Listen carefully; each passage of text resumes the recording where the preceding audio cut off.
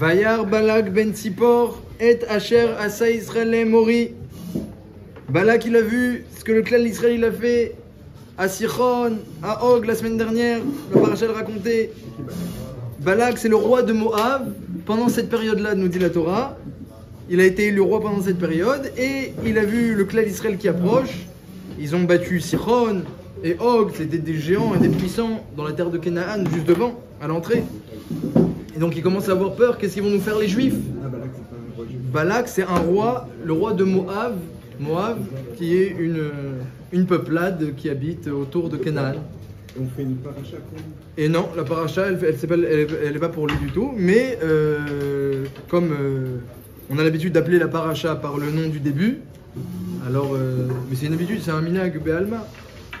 Donc on l'appelle la paracha de Balak. Mais c'est vrai que bon, il va quand même avoir un rôle essentiel dans la paracha parce que tout au long de la paracha, il va essayer de attaquer le clan d'Israël. Mais il y a des fois où la paracha, elle parle pas essentiellement du sujet du nom de la paracha.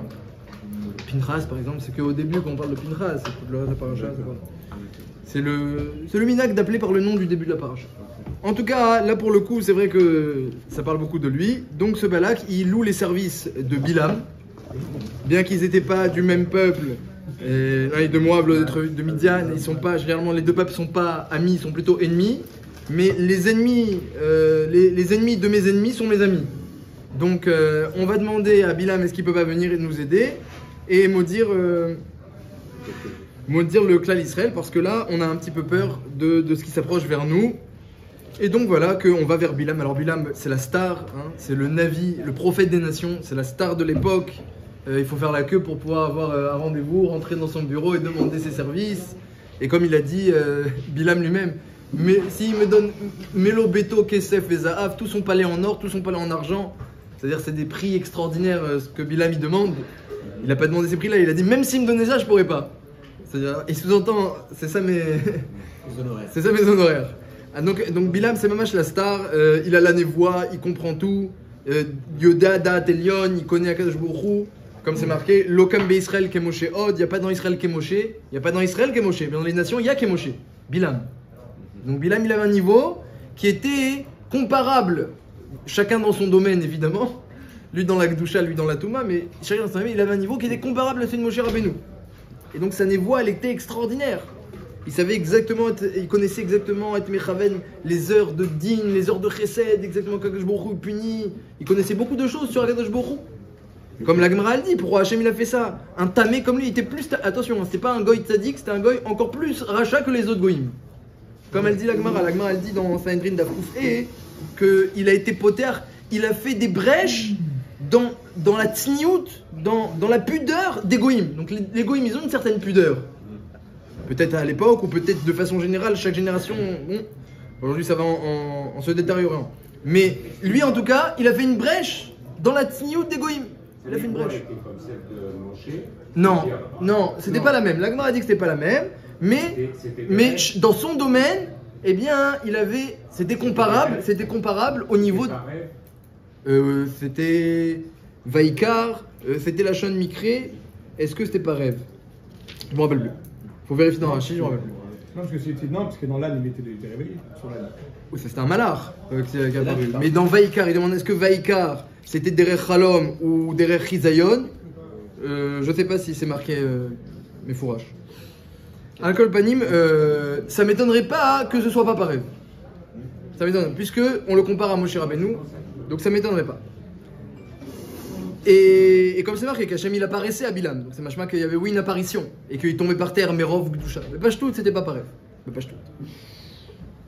Bien que c'était Balaïla. Bon, à vérifier. Al-Kol Panim, Bilam, donc c'était Vamash, il était très puissant dans son domaine. La Gemara, elle dit pourquoi Hachem il a fait ça, de donner autant de pouvoir et de connaissances et de prophéties à un tamé, encore plus tamé que les Goïm. Parce que Hachem il voulait qu'il y ait un prophète chez les nations au moins une fois, pour pas qu'il y ait de tas à note d'arguments à la fin des temps, lorsque les Goïm vont venir, ils vont voir tout le Sachar qu'il y aura pour le clan d'Israël, comment on va récompenser largement tout celui qui a étudié. Hachem va prendre un Sefer Torah dans les mains, c'est marqué, il va prendre un Sefer Torah dans ses bras, il va dire ceux qui a été au sec, qui viennent chercher son Sachar. Les Goïm ils vont venir, ils vont dire non, on a fait des ponts, on a fait des marchés, et ça sert à l'étude. Et parce que sans ça, il n'y aurait pas eu d'études qui auraient pu se maintenir. Et Hachem dit, vous n'avez pas été mis de Kaven pour ça, donc ça marche pas. Mais tu nous as pas donné de prophète. Et tu nous as pas donné de mitzvot. Alors oui, je vous ai donné des mitzvot, je vous ai donné 7, vous n'avez pas fait. Bon, et de prophète, on n'a pas eu. Moi, Hachem me dit alors, si vous dites que de prophète, on n'a pas eu, je vous donne un prophète, vous allez voir que ça va être encore pire. Et il va être mécalqué l'autrem. Il a été mécalqué l'autam. Il a ouvert des brèches dans leur pudeur et dans leur drachim, dans leur chemin, enfin, dans leur droiture relative. Et donc vous allez voir que vous n'aurez pas de Tana. Donc c'était pour enlever la Tana avec des Goïm, mais les Maasé, donc Bilam, Mamash, c'était quelqu'un d'important chez les nations. À chaque fois qu'il y avait une Sheela, Chashuva, ben les rois, les princes, les Goïm, les Oumotes se dirigeaient vers Bilam pour lui demander conseil, parce que lui, Mamash, il comprenait bien ce qui se passe, il avait une tfissa, Mamash, élevée des choses et profonde. Mais ça n'empêche pas que c'était un grand tamé et que ses forces il recevait de Koharatouma, notamment. Alcool Panim, alors ce Bilam, donc Moab, Balak, lui demande d'aller maudire le clan Israël parce qu'ils ont peur de lui. Donc Bilam dit que je veux bien essayer, mais il faut que Hachem il accepte, parce que Bilam il sait bien que si Hachem n'accepte pas, en malasa. Et Hachem il lui dit non. Comme vous avez lu ce matin dans la paracha, Lo teler imahem, lo taor et ta'am ki baruchu. Tu vas pas là-bas, tu les maudis pas, c'est un peuple béni. Ni tu les, comme il dit Rachid, ni tu les maudis, ni tu les bénis, on veut rien de toi. Le clan Israël il veut rien de toi, ni tes bénédictions, ni tes malédictions, ne va même pas avec eux, rien du tout. La perception du bien et du mal pour Bilam, elle est compliquée. S'il voit Dieu et qu'il fait le mal, pour lui c'est le bien. Comment on peut imaginer qu'il puisse considérer que ce qu'il fait c'est mal?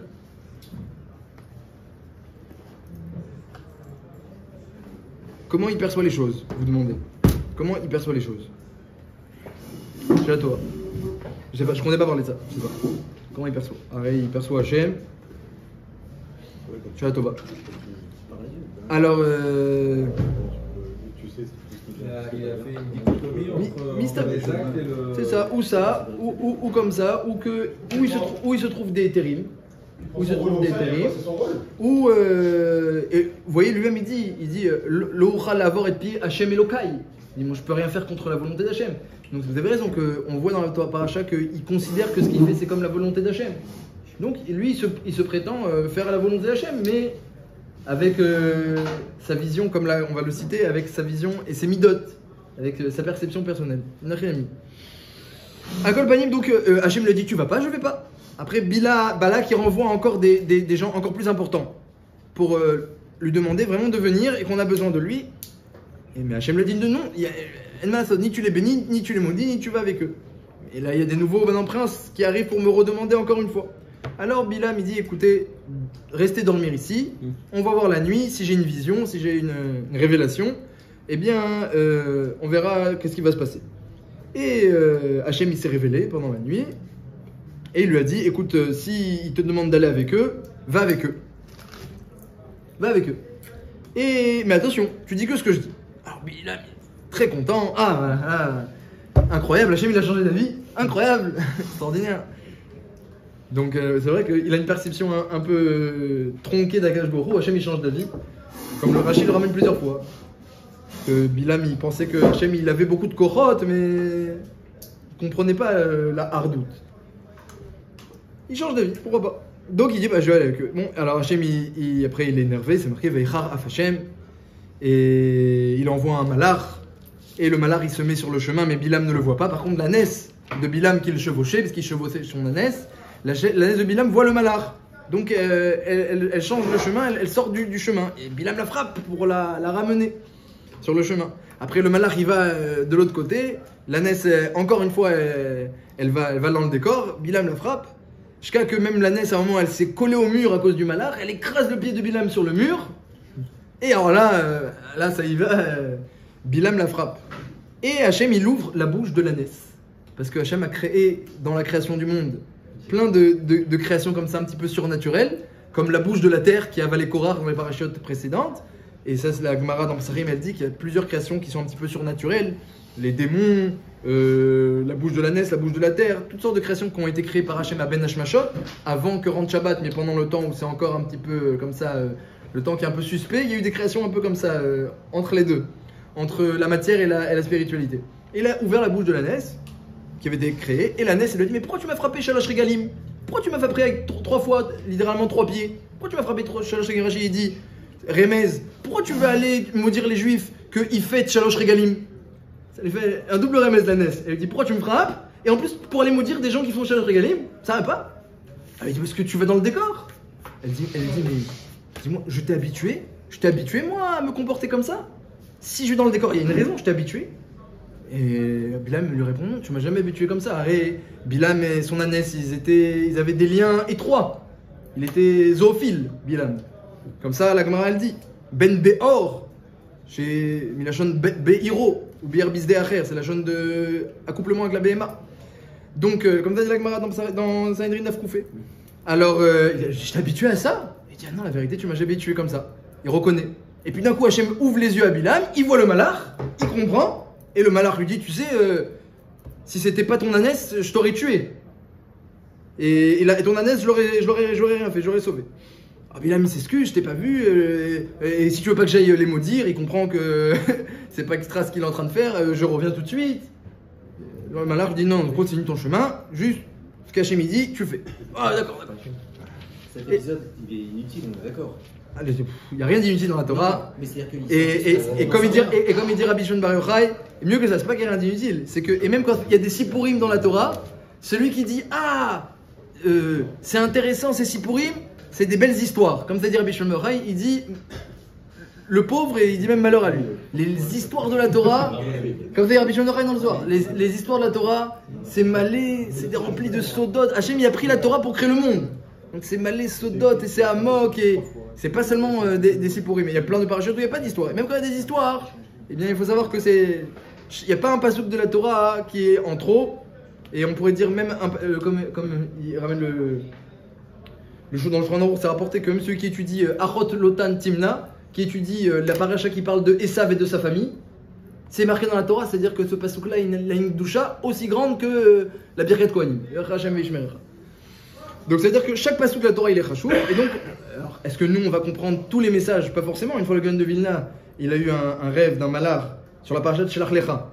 Là-bas il y a écrit, il y a un des psukim, un des passouk qui décrit le chemin des Meragelim, par où ils sont passés. Adlevo Hamat, on dirait des adresses. Les Meragelim sont passés là. Il a eu un rêve, le Gaon de Vilna, sur ce passouk-là.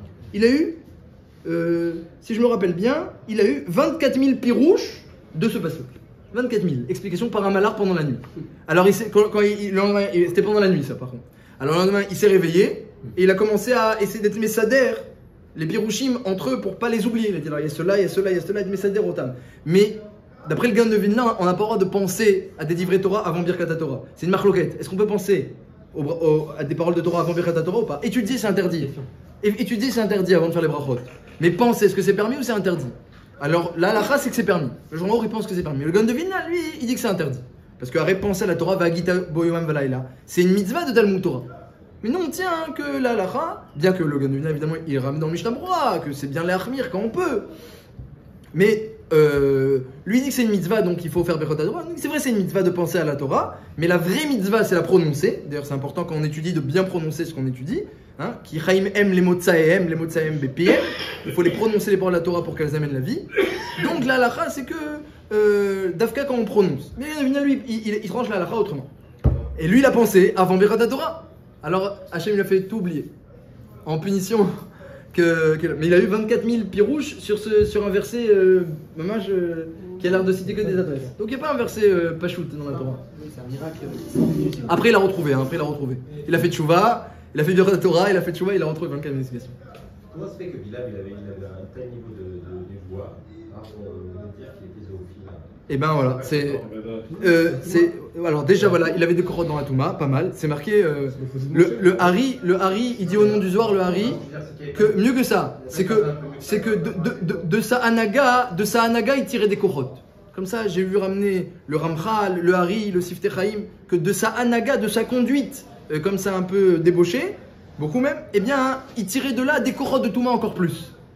Mais à part ça, j'entends, c'est une très bonne question, en soi c'est une très bonne question, c'est que, comme il disait Aristote, le Rambam, il manque pas de faire des jvachim, des louanges sur Aristote, parce qu'il avait une chorma chez les goïms, chorma bagoïm ta'amin, la sagesse des goïms tu peux y croire, la Torah des goïms, al ta'amin.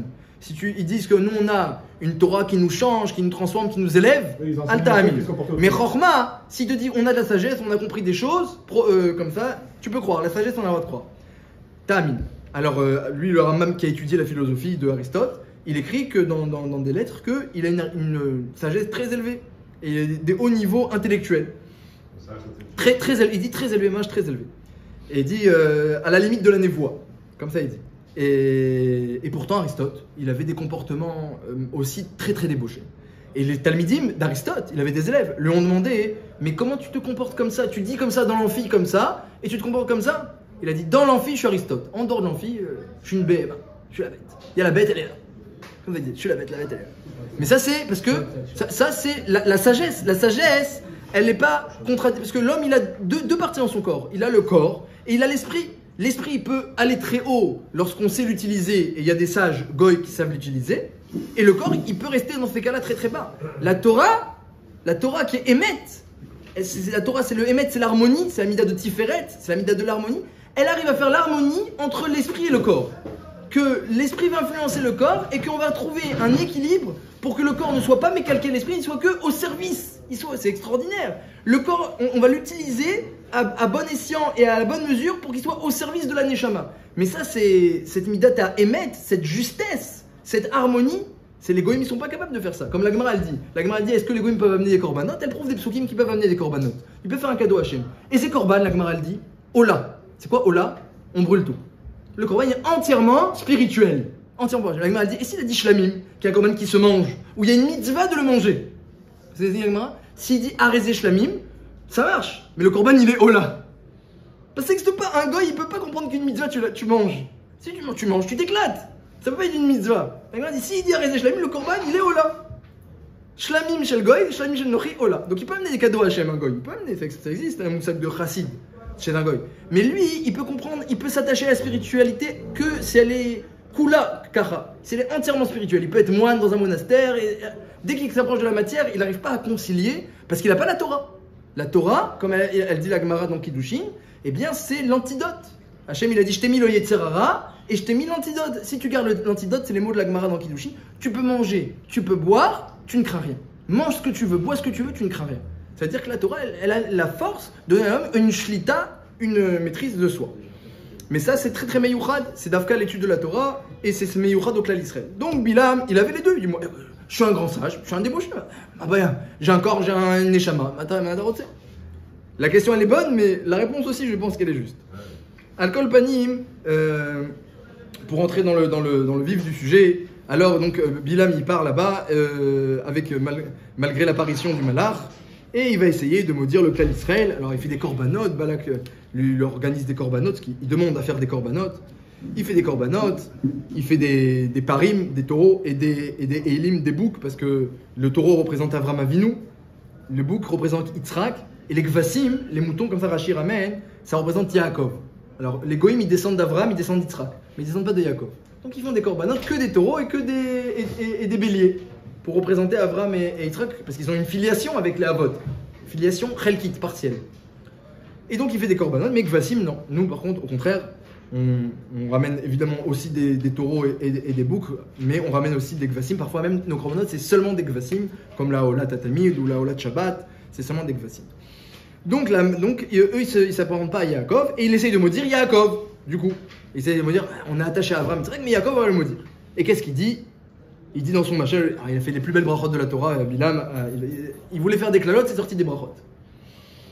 La Gemara dit, mais comment ça se fait? Comment ça se fait qu'il voulait dire des klalotes, comment ça se fait que c'est sorti des brachot? Marc Loquet dans la Gemara, comment ça se fait?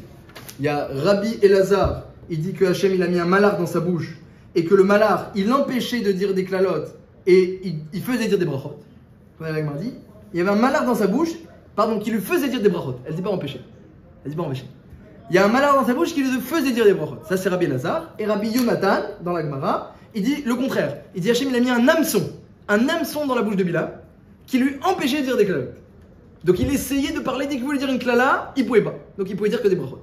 Donc Marc Loquet dans la Gemara, est-ce qu'il y avait un malheur qui faisait dire des brachot, ou est-ce qu'il y avait un hameçon qui l'empêchait de dire des klalotes? Manienne comme Marc Loquet. Et Al-Kol Panim, donc sauf évidemment il pourrait dire que des brachot, puisque les coulées Alma, il pouvait rien dire d'autre. Et donc, qu'est-ce qu'il dit? Il dit, Balak m'a dit, Lecha Arali Yaakov, maudit Yaakov, Zoama Israël, énerve-toi sur Israël, Maekov, Lokabokel. Comment je vais maudire? Kel n'a pas maudit, c'est le nom d'Hachem, Kel. Umaez Om, Loza Am Hachem, Yudke Vavke. Comment je vais m'énerver? Hachem ne s'est pas énervé. Et il commence à parler des Havot. Je vois les Havot comme des montagnes, et les Imaot comme des vallées. Et regarde la racine du clan Israël. Ils sont Chazakim, c'est un peuple différent. En Am, les Vadad, ils seront toujours différents. Bagoïm le Trachav, ils n'ont aucun yachas, aucun rapport avec les Goïm. Mimana Afar Yaakov ou Misparet Rova Israël, Hachem il est Medagdek sur chaque personne du clan Israël. Rova Israël, même lorsque les parents s'accouplent, Hachem il est Medagdek, quels enfants ils vont sortir, qu'est-ce qu'ils vont pas sortir. Alors que ça dépasse Bilam, qu'Hachem il s'occupe de ça. Oui, Hachem il s'occupe aussi, comme la Gemara dans Kiddushin, il y a trois qui forment l'homme, le papa, la maman et Akadosh Baruch Hu qui se joint à eux. Donc il y a une association d'Akadosh Baruch Hu pour créer, fonder chaque juif. Et donc ça, il y a Bilam, il commence à faire des brachot sur le clan Israël, et même il est même troublé par l'intérêt d'Hachem sur le clan Israël. Ça lui crève un œil lorsqu'il a vu qu'Hachem il s'intéressait à l'accouplement du clan Israël pour les enfants. Ça l'a rendu aveugle. Après, dans la suite de la paracha, on verra qu'il est devenu borgne entre temps. À cause de ça, quand il a vu ça, Hachem s'occupe de ça. Pour lui, c'est la Touma, ça c'est la bassesse de l'homme. C'est pas Kachour à la grandeur d'Hachem. Ça l'a complètement bouleversé. Comme on a dit, que lui, c'est plus que Segadi qui fait il dissocie la spiritualité et la matérialité, c'est très juste. On le voit. Quand il a vu que chez Hachem, chez Klai Israël, c'est pas comme ça, c'est associé, ça lui a crevé l'œil. Et donc il fait des plus belles brachot. Bon, alors les Shélot, on va dire, sur la paracha un petit peu, qui ressortent de la Gemara aussi, essentiellement, c'est le comportement de Bilam. Parce que Bilam, Hachem lui dit ne va pas. Et puis lorsqu'ensuite Balak renvoie des sarim, il dit attendez, restez, passez la nuit, on va voir ce qu'Hachem va dire. Et puis Hachem lui dit vas-y. Ah, Hachem il a changé d'avis. La Gemara elle dit que Bilam c'est un grand chutzpan. Comme ça dit la Gemara. Bilam c'est un chutzpan. Il est effronté. Chutzpah. Pourquoi? Hachem lui dit ne va pas, ne maudis pas, ne bénis pas, ne fais rien. Ils reviennent, les sarim, les princes de Balak. Il dit attends, passez la nuit, on va voir. Comment on va voir? T'as eu un guilouille d'Hachem qui a dit ne fais pas. Combien de fois il faut que Vaïdaber Hachem el Bilam? Combien de fois? C'est la chutzpah. Alors c'est ce qu'a dit la Gemara.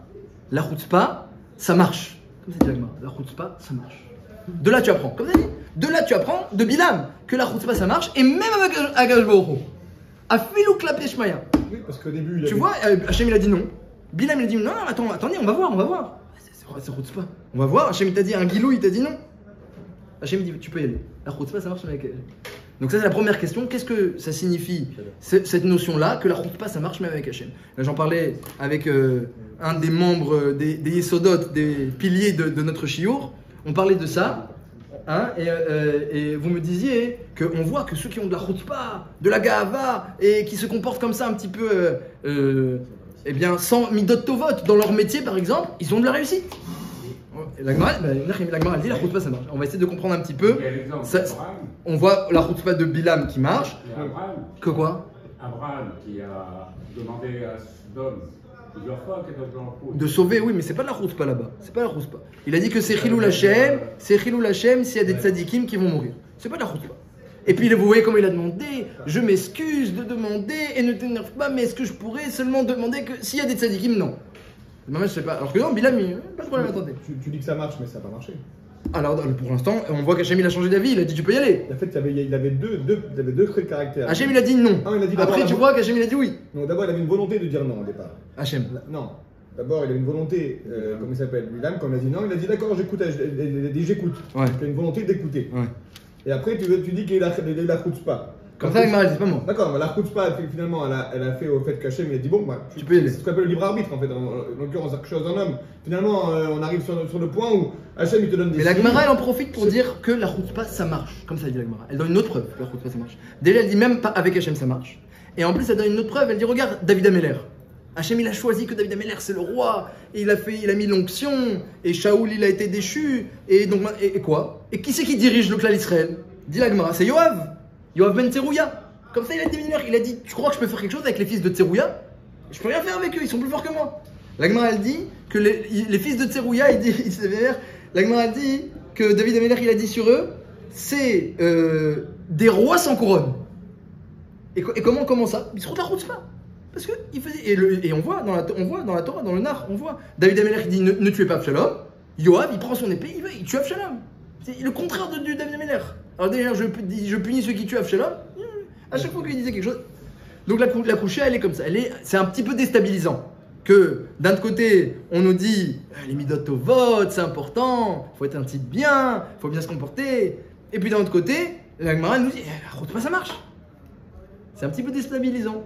Bon, on est content de voir que la route elle marche chez Bilam et chez Yoav, qui sont pas des gens qui sont des grands tzadikim, au contraire. Mais Alcool Panim, c'est quand même troublant.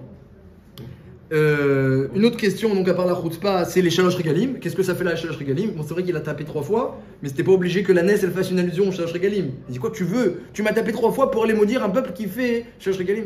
D'après cette mitzvah là, c'est ça qui protège le clan Israël. Comme ça, j'ai vu des mefarshim qui demandent. À part ça, le Midrash il dit comment je peux maudire, dit Bilam? Comment je peux maudire? Lokabo Maekov Lokabo Kel. Comment je peux maudire? Kel n'a pas maudit. Et comment je vais m'énerver? Yudke Vavke, Hachem ne s'est pas énervé. Alors le Midrash, il ramène la marloquette. Est-ce que c'était un malach ou c'était un hameçon qu'il avait dans la bouche, Bilam, qui l'empêchait de dire des clalotes? Marloquette, on a dit entre 2 Amoraïm, Rabbi Lazar, Rabbi Yonatan. Peut-être même Etanaïm. Alors, donc, marloquette. Alors, le Midrash, il dit que l'Irora, il y a une preuve. Comme ça dit le Midrash. Il y a une preuve que c'est un hameçon. Pourquoi? Parce qu'il y a écrit Maekov Lokabo Ken. De ce verset-là, Lokabo Ken, tu vois que c'est un hameçon. Et l'autre Mandamar, pour se défendre, qu'est-ce qu'il dit? Qu'est-ce qu'il a écrit juste après? Maezom Lozama Hachem. Du verset, comment je vais m'énerver? Yudke Vavke s'est pas énervé. Tu vois au contraire que c'est un malach. Quel rapport entre hameçon, Ken? Est-ce que c'était un hameçon ou un malach qu'il avait dans la bouche? Quel rapport entre un hameçon avec le nom Kel, que le Midrash dit, dans le Midrash Tanchuma, il dit c'est une preuve que c'est un hameçon, et après l'autre il reprend, non, il a écrit après Yudke Vavke, donc tu vois que c'est un malach. Quel rapport entre les deux? Mais pourquoi il a changé d'avis? Comme ça il demande le Gaon de Vilna. Il n'a pas changé d'avis, Non. c'est Hachem qui a changé d'avis. Non, c'est ça. Vous disiez tout à l'heure qu'il avait la chutzpah. Oui. Mais au départ, il dit bien, moi je peux aller contre la volonté d'Hachem. Il dit toujours, alors oui, Bilam, Bilam. C'est mytho. Oui, non, c'est pas, c'est toujours, on se fait petit devant Hachem, c'est lui qui décide, mais à l'intérieur, voilà, c'est tout ce qu'on peut. Il a pas été mevater sur ses midotes et ses. Il y a un débat.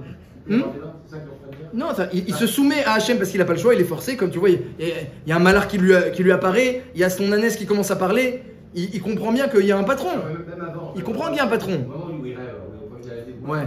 quand il dort, quand il se réveille, il dit ok, je vais payer. Voilà, mais après ils sont revenus. Ah, ils sont revenus, attends, ils m'ont fait encore plus qu'Avod. Ils m'ont fait encore plus qu'Avod. Donc il y a l'histoire aussi. C'est-à-dire, t'as vu comment ils m'ont fait Kavod?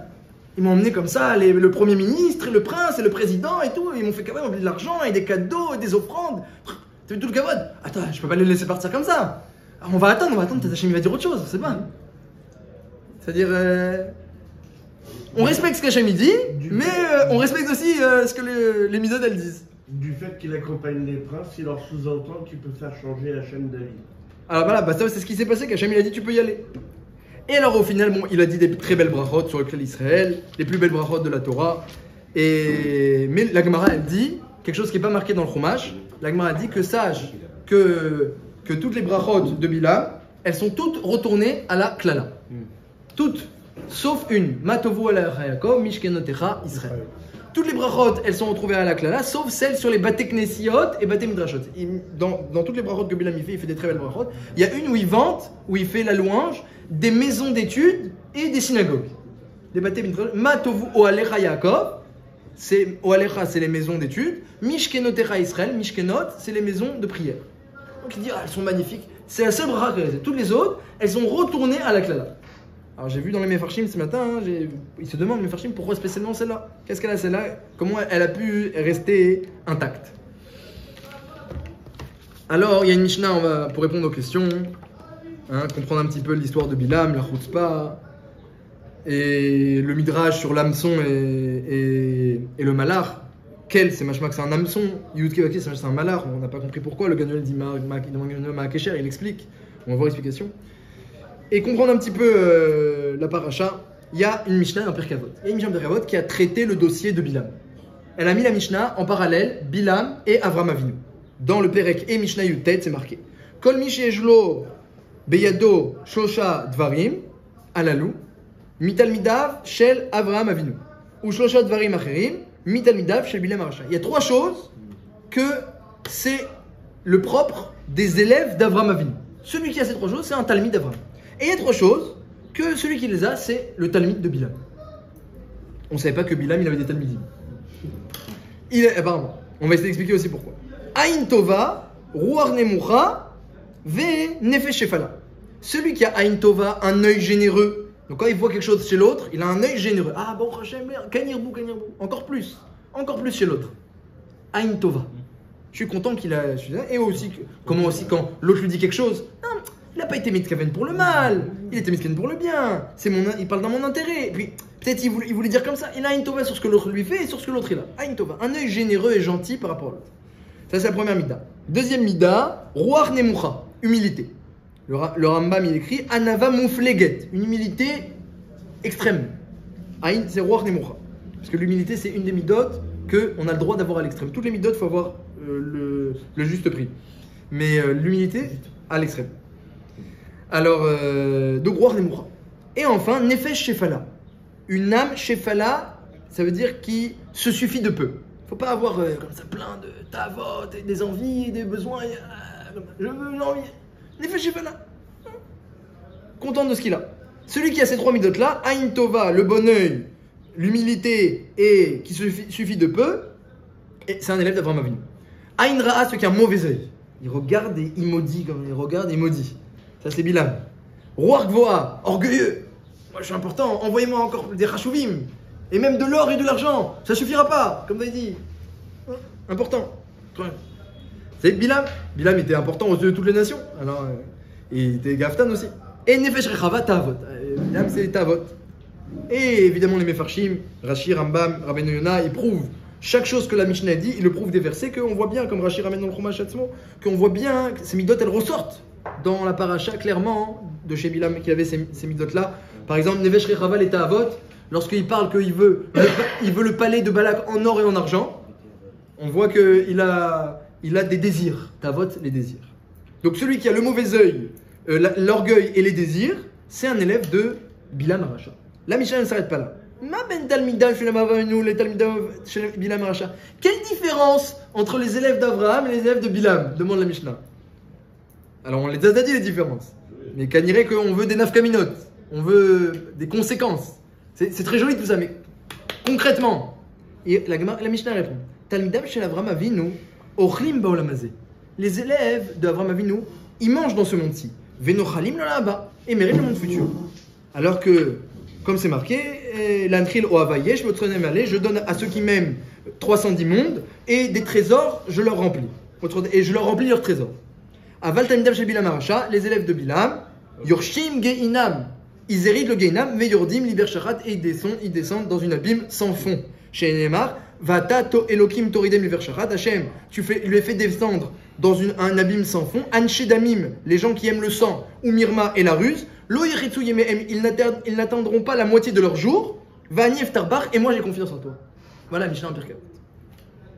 Et je pense que cette Mishnah, elle explique tout. Elle explique la Gemara, elle répond aux questions. Cette Mishnah, elle explique tout. On a demandé c'est quoi les élèves d'Avraham, les élèves de Bilam. Bon, Avraham, il avait des élèves, ça s'est marqué dans le Rambam, il avait des dizaines de milliers d'élèves. Il était Rosh Yeshiva de la Gemara dans Yoma. Mais, Bilam, on ne savait pas qu'il avait des élèves.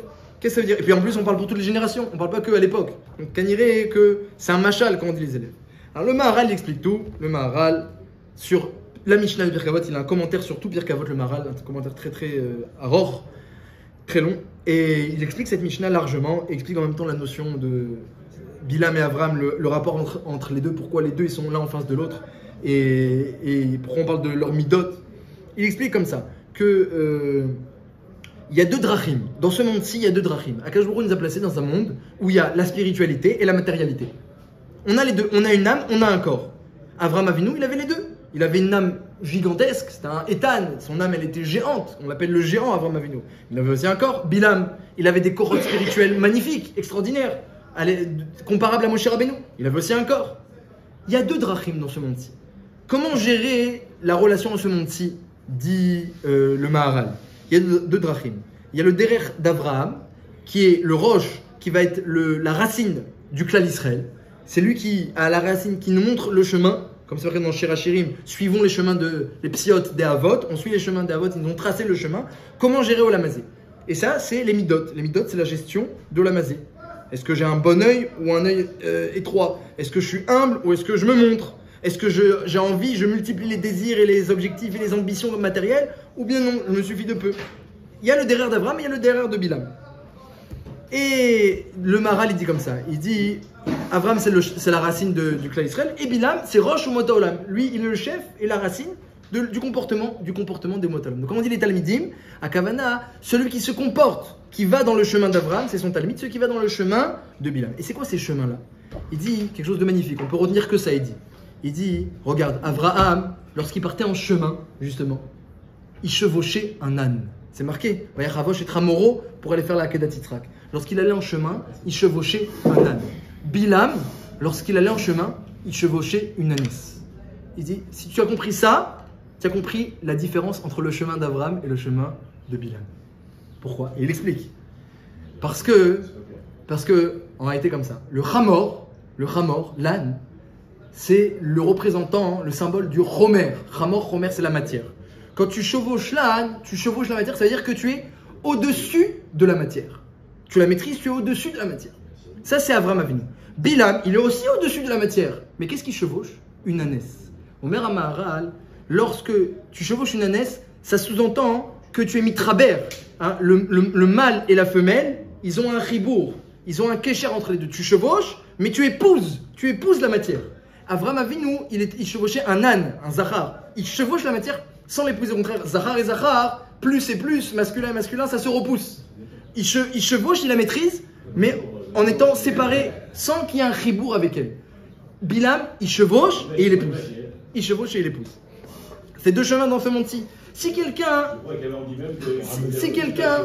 va te dire Bilam va te dire, mais si t'es humble, tu es humble dans ton métier, tu vas rien gagner. Il faut être gaftan, il faut se montrer, mets-toi en premier rang, montre que tu es le meilleur de tous, même si c'est pas vraiment, même si c'est pas vrai, et si c'est vrai, kol sheken. Humble, à quoi ça va te servir? Et si t'as pas d'ambition, t'as pas nefesh rechav, si tu veux pas un palais d'or et d'argent, t'auras jamais un palais d'or et d'argent. Au moins que, et la volonté, peut-être tu as une chance d'y arriver. Bilam, il épouse la matière et il a compris comment ça marche la matière. Il te dira comme ça. Il te dira, Avraham Avinu, il est humble, il n'a pas des grands besoins, il te demande pas beaucoup, etc. Adke Dekar, que qu'est-ce qu'elle te dit la Mishnah? Quelle différence entre les élèves de Bilam et les élèves d'Avraham?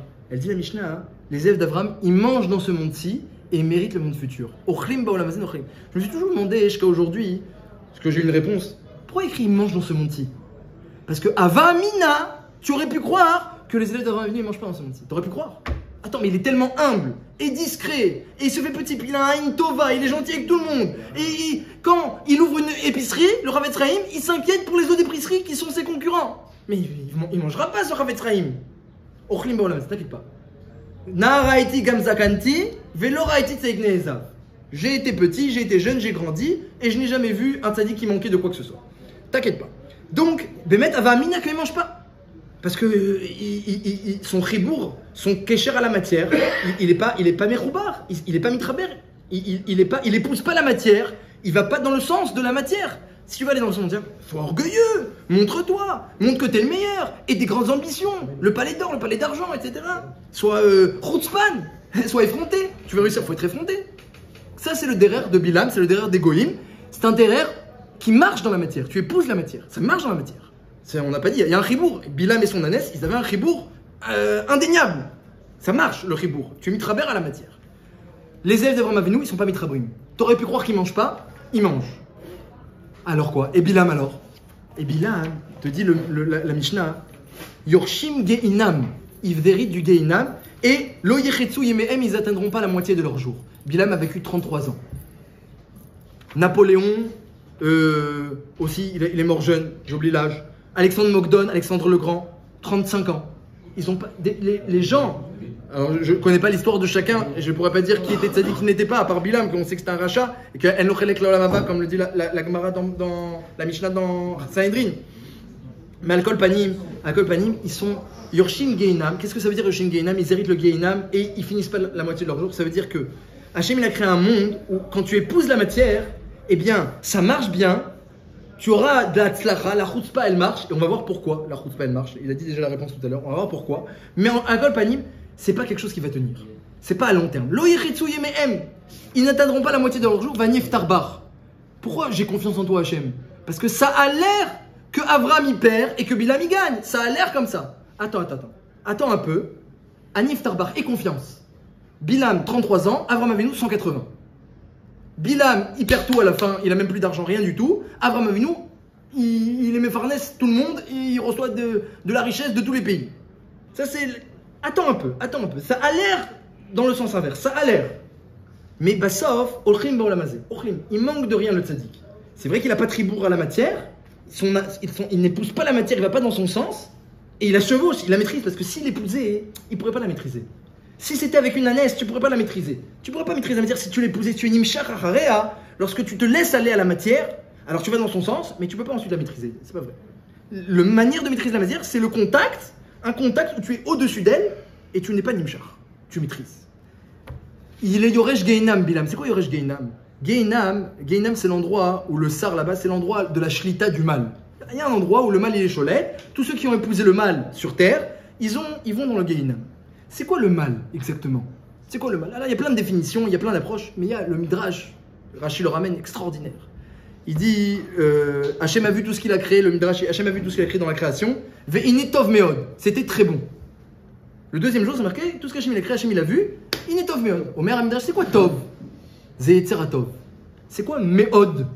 C'est Yetzerara. Comment il s'appelle dans la Torah le Yetzerara d'après le Midrash? Il s'appelle pas le mauvais, le méchant, le mesquin, le rusé, le trompeur, le débauché. Non, le méod, le beaucoup. Le beaucoup, méod. L'ennemi de tout. Il te dit, L'excès. voilà l'excès. L'excès de l'argent, l'excès de la nourriture, l'excès des ta'avot, l'excès. Mais prends le Yetzerara. Il va pas venir, on te dit prenant du mal. Prends du tov. Mais tov méod. Prends du tov, mais prends-le beaucoup. Prends, allez, prends. Prends beaucoup. Alors, et qu'est-ce que Bassof, celui qui fait ça, il a de la tzlacha, mais Bassof, Geinam, c'est l'endroit du rat, il s'attache au mal. C'est le chemin du méod, le chemin du beaucoup, c'est le chemin du Geinam. Donc Bassof, il a l'air d'avoir de la tzlacha, mais Bassof, il a atterri au Geinam, il finit pas la moitié de ses jours parce qu'Hachem, il laisse pas à long terme se maintenir des gens comme ça, parce qu'Hachem, même s'il a créé un monde où les apparences sont sheker, mais il a créé avec ses midot qui sont le Emet, Hachem Elokechem Emet. Donc les apparences sont sheker, parce que c'est la matière, elle laisse tromper, mais le Emet Bassof il triomphe. Veyatzi, Venachon, Vekayam, Veyachar, Venyaman, Veurav, le Emet il triomphe, il se maintient, et il est éternel, le Olam, Olam, Olamim. Donc celui qui s'attache au Emet, il se maintient comme Avram Avinu. Tu pourrais croire qu'il mange pas, comme Hachem Ochlim Baolamazé. Bilam, tu vois, il mange beaucoup. Attends, 33 ans, c'est fini, on n'en parle plus. Napoléon. C'est fini. Les gens comme ça, ils font beaucoup. Allez, Damim, Mirma, plus de guerre et plus de ruses et plus d'attaques. Bah, sauf, ils ont une atzlacha extraordinaire, c'est les rois du monde. Et après, paf. Et ça, c'est le remez dans le Midrash. Le Midrash, il dit, est-ce que c'était un hameçon ou est-ce que c'était un malach? Est-ce que c'était un hameçon ou c'était un malach?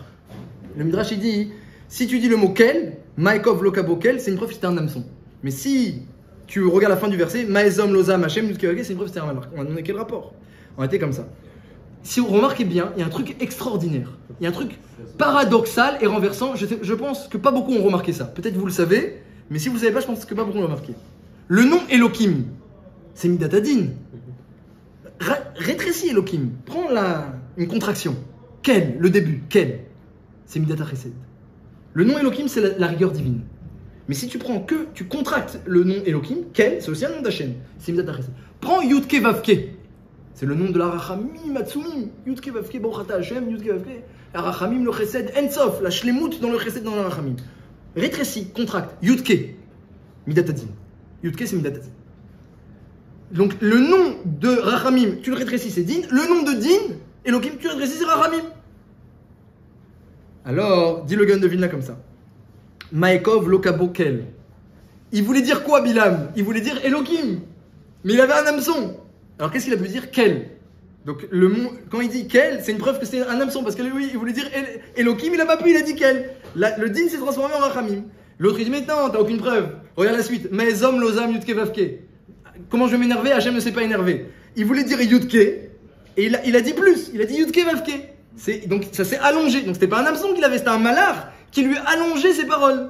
Donc la marloquette, c'est ce qu'il a dit moins, est-ce qu'il a dit plus? Celui qui dit qu'il a dit moins, il a une preuve de quel? Qu'il a dit moins, ça s'est transformé en rachamim.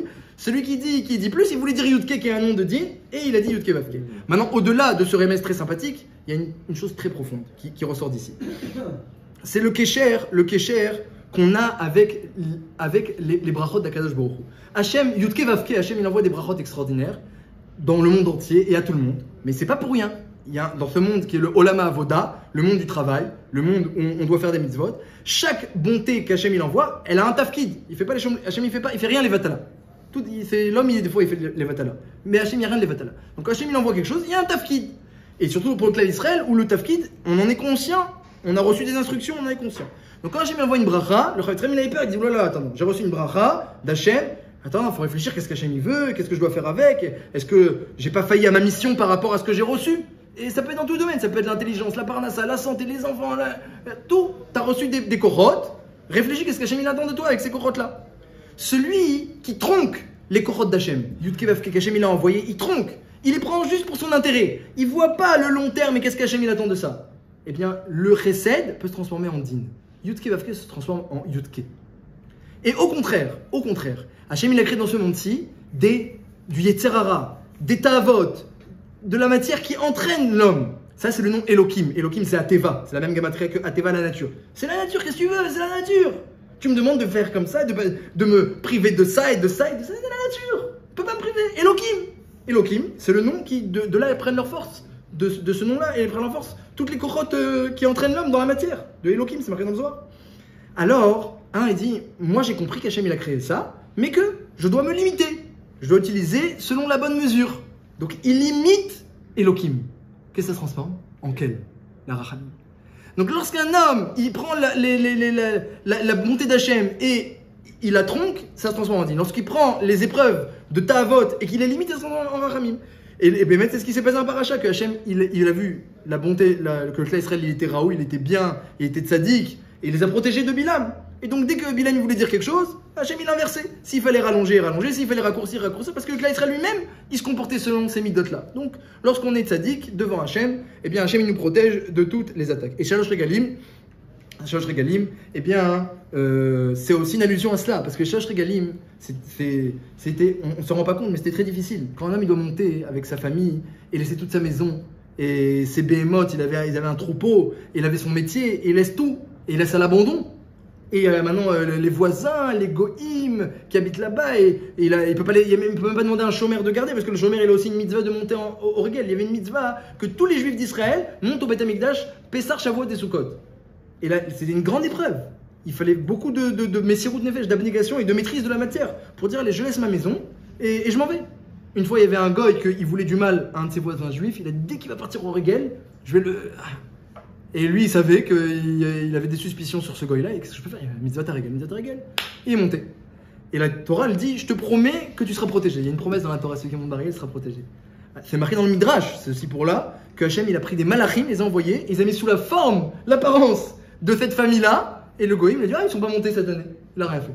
Comme ça, le Midrash raconte. Que Akash Borou, il promet de protéger. Ochlim Baolamazé. On a l'impression que tu te détaches de la matière, mais au contraire, tu la chevauches, tu la maîtrises grâce à ça, et tu manqueras pas. Et ça, c'est la mida de Avraham Avinu, et ça, c'est pour ça il a frappé 3 fois son ânesse. Son ânesse, elle dit quoi? Mais t'as pas vu, c'est qui? Toi, tu chevauches une ânesse, tu me frappes, alors que je suis ton ânesse. Eux, ils font Shalosh Regalim, ils chevauchent la matière, ils sont capables de tout abandonner, et eux, tu veux les frapper? Est-ce que t'as pas vu? Regarde leur chemin à eux et leur chemin à toi. Toi, tu vas contre la volonté d'Hachem, tu vas en chemin pour les maudire, pour gagner encore plus d'argent, et eux, ils vont au Beth Amikdash faire Shalosh Regalim, ils abandonnent tout. Est-ce que tu crois que dans ton chemin, tu as des chances contre leur chemin? Tout ça, l'ânesse, elle a dit à Bilam, et il a pu que se taire. Il a pu que se taire devant son ânesse. Hachem, quand il ouvre la bouche d'une ânesse, c'est pas gratuit. Et donc, Matovo Olacha Yaakov Mishkenatecha Israël, toutes les brachot sont retournées à la klala sauf une, celle des Bate Knisot Betim Drashot. C'est encore une fois la même idée. C'est que l'utilisation de la matière, eh bien, elle peut être profitable, elle peut être bénéfique. Lorsqu'elle est faite de façon mesurée, elle peut amener des bonnes choses, mais elle peut être aussi catastrophique. Lorsque l'homme il est nimchar, il se laisse aller, parce que il se laisse aller, et bien sauf il n'arrive pas au but avec ce que Hachem lui a donné, il met les mezalzel, il les mevatel, les korotes, elles partent en vain, et Donc ça ne lui amène pas de la bracha. Donc quand Bilam il bénit le clan d'Israël, que vous ayez des brachot, la parnassa, la santé, dans tous les domaines, qu'Hachem vous protège, etc. Lorsqu'il bénit le clan d'Israël, c'est très bien, c'est très joli tout ce que tu dis Bilam. Mais au final, puisqu'en plus il avait un mauvais œil, au final tout pourra se retourner du jour au lendemain si on n'est plus au niveau. Et si on n'utilise plus les brachot et les kochot, les outils qu'Hachem nous donne, ces brachot là, on ne les utilise pas comme il faut, ça peut se retourner de Yudke Vavke à Yudke, ça peut se retourner à la Klala. De Kel à Elohim, ça peut se retourner à la Klala. Sauf une.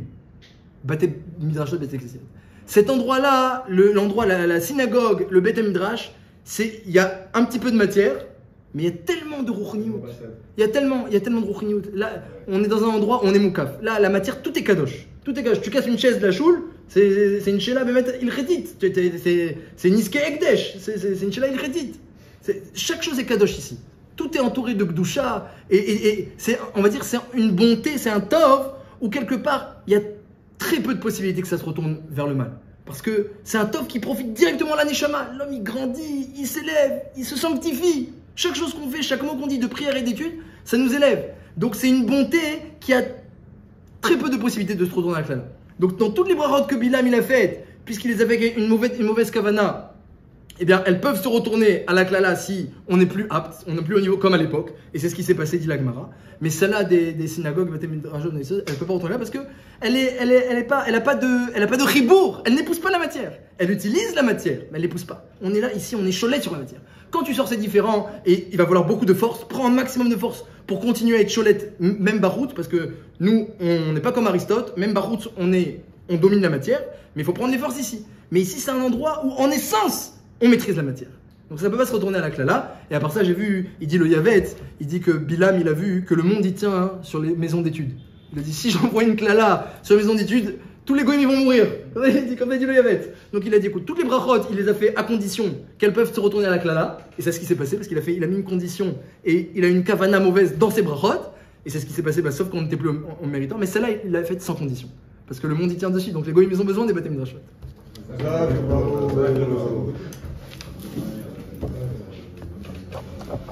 On a qu'à dire sur le minyan.